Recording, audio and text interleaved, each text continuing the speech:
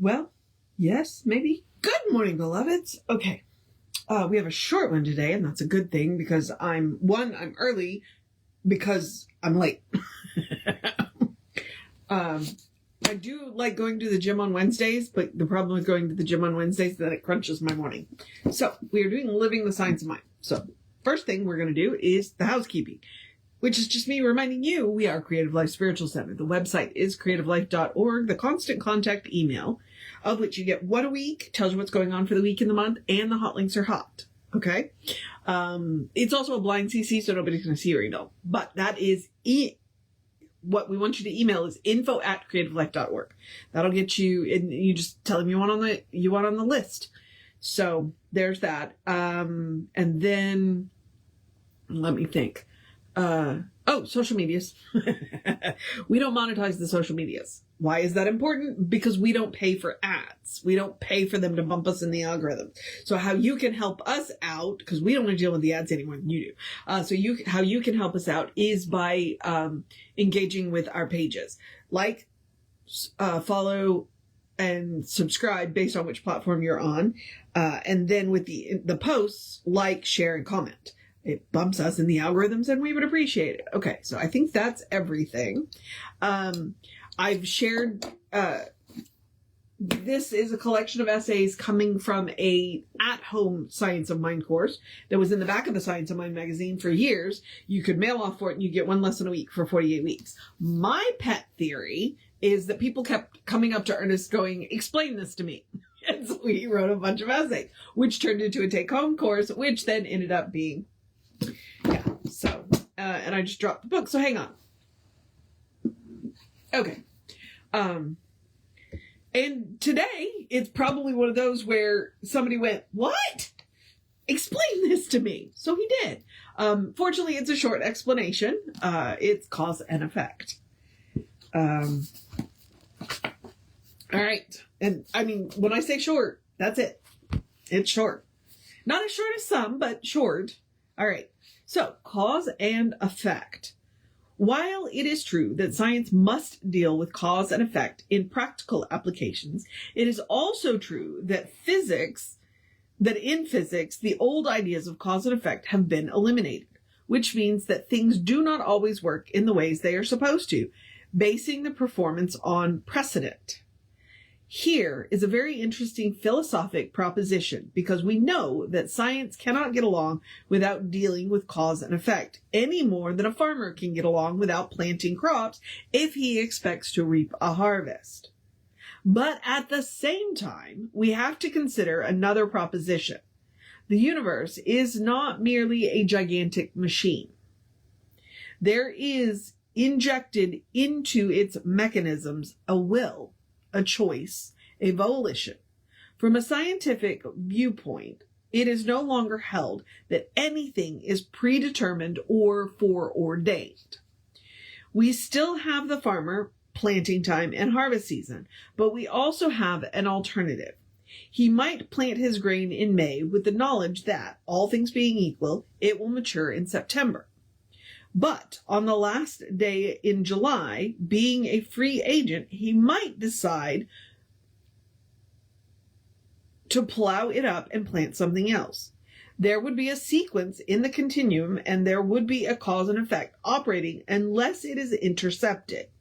But there would also be a choice and a volition introducing a personal factor and spelling freedom. This is the viewpoint of the spiritual mind practitioner. No, hang on. Let me try that sentence again. This is the viewpoint the spiritual mind practitioner must take in working for themselves or others. Whether for the healing of physical conditions, the betterment of circumstances, or whatever, they are to follow the injunction of Jesus and judge not according to appearances, but judge rightly. Whatever effect the appearance has on the mind, they are to say, what if I do have a piece of ice in my hand? It will melt as it contacts the warmth of my flesh. What if there is an apparent obstruction in the physical body or in the body of my affairs? there is a truth which can dissolve it. New causes bring new effects, and every sequence of cause and effect take place in something which is greater than cause or effect, Freedom is where it is perceived, and in such a degree as it is perceived. Maybe we should read that paragraph again. There's only one left. New causes bring new effects, and every sequence of cause and effects takes place in something which is greater than cause or effect. Freedom is where it is perceived, and in such a degree as it is perceived. Such an attitude is scientific and mathematical. It is also institutional and intuitional and revelational. And from the standpoint of practicality, gives us a vision that nothing is solid. Everything is moving, shifting, and changing. Emerson said that even though we view the universe as a mass of solid facts, God, or the supreme cause, views it as liquid laws. For matter is spirit reduced to its greatest thinness. You know, sometimes I read these things and I think Ernest just made the situation a whole lot cloudier. What? Oh. I do like the Emerson quote, though. Liquid laws. Okay. I'm going to say, and this is just supposition on my point, that the important point in this chapter is the third paragraph. Okay? That the universe is not merely a gigantic machine. There is injected into its mechanisms a will, a choice, and a volition. Okay? Ernest doesn't believe in foreordained or predestined. He doesn't believe in, that your path is set. He doesn't believe in fate. He does believe that we do deal with cause and effect. Okay.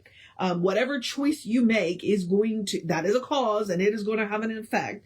And it's a good idea to go back and look at the causes. We can look at the causes and go, okay, well, what's causing these effects? We can look at the effects and go, okay, well, what's causing this, and make a different choice. Okay. But I think that like I said, in this particular one, I think the most important thing is the will, the volition, and the choice. To remember that the universe is not just one great machine, that there is something back of it, that there is something greater than it.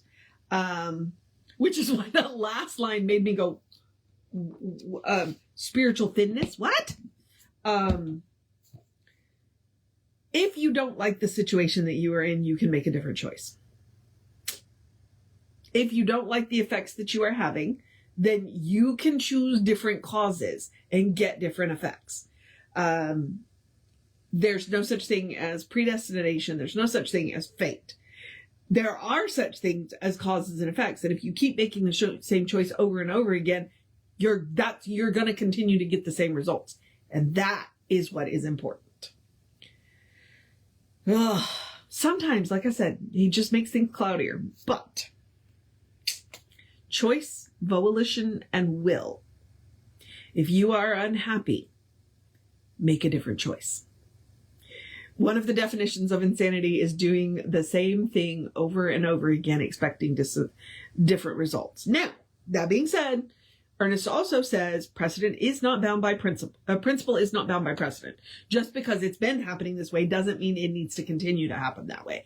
And sometimes that's what we need to do. We need to remember is just because we've always done it this way doesn't mean we have to keep doing it that way. We can, again, make a different choice. All right. That's my guess for this. And I'm going to move on because I really want to go wash my hair. So... There we are. Yeah. Yep. So now I'm going to encourage you to have a great day, a wondrous day, a fantastic day, a magical day, an enchanted day, a wonderful day, an awesome day, an amazing day. A take care of business day. A wrap up your tasks from yesterday day. That's me. A dance in the rain day, because it looks like we're going to get some. A stay out of the lightning day. A drink plenty of water day. A cuddle your fur babies day. A you got this day. A do something fun for yourself day. A try something silly day. A whatever it needs to be for you day. A good day. And if that is too much pressure, because I understand sometimes it is, I do. Simply have a day. You are enough. Just as you are. You are a beloved expression of the divine. You are a brilliant light, a divine spark, whether you see it or not. Trust me. It's like being a butterfly. Butterflies can't see how beautiful their wings are, but the people around them can. Sometimes that's the way it is about being that brilliant light, that divine spark. It's like you may not see it, but other people do. You are spirit in motion, God in action, a beautiful masterpiece and a work in progress at the same time, at your own pace. Very important part of that statement for me. And as Reverend Jesse likes to call us, you are a godling. All right, beloveds. Oh, take care of yourself. No, hang on. Let me remind you. Reverend David should be on around 5 p.m. with you. I should be back with you around 9-ish tomorrow. And we will tackle divine contact with the infinite. Okay. Yeah. Sounds exciting, right? And it's a short one too. It's not even one page. Take care of yourself. Know that you are loved. And I will see you next time.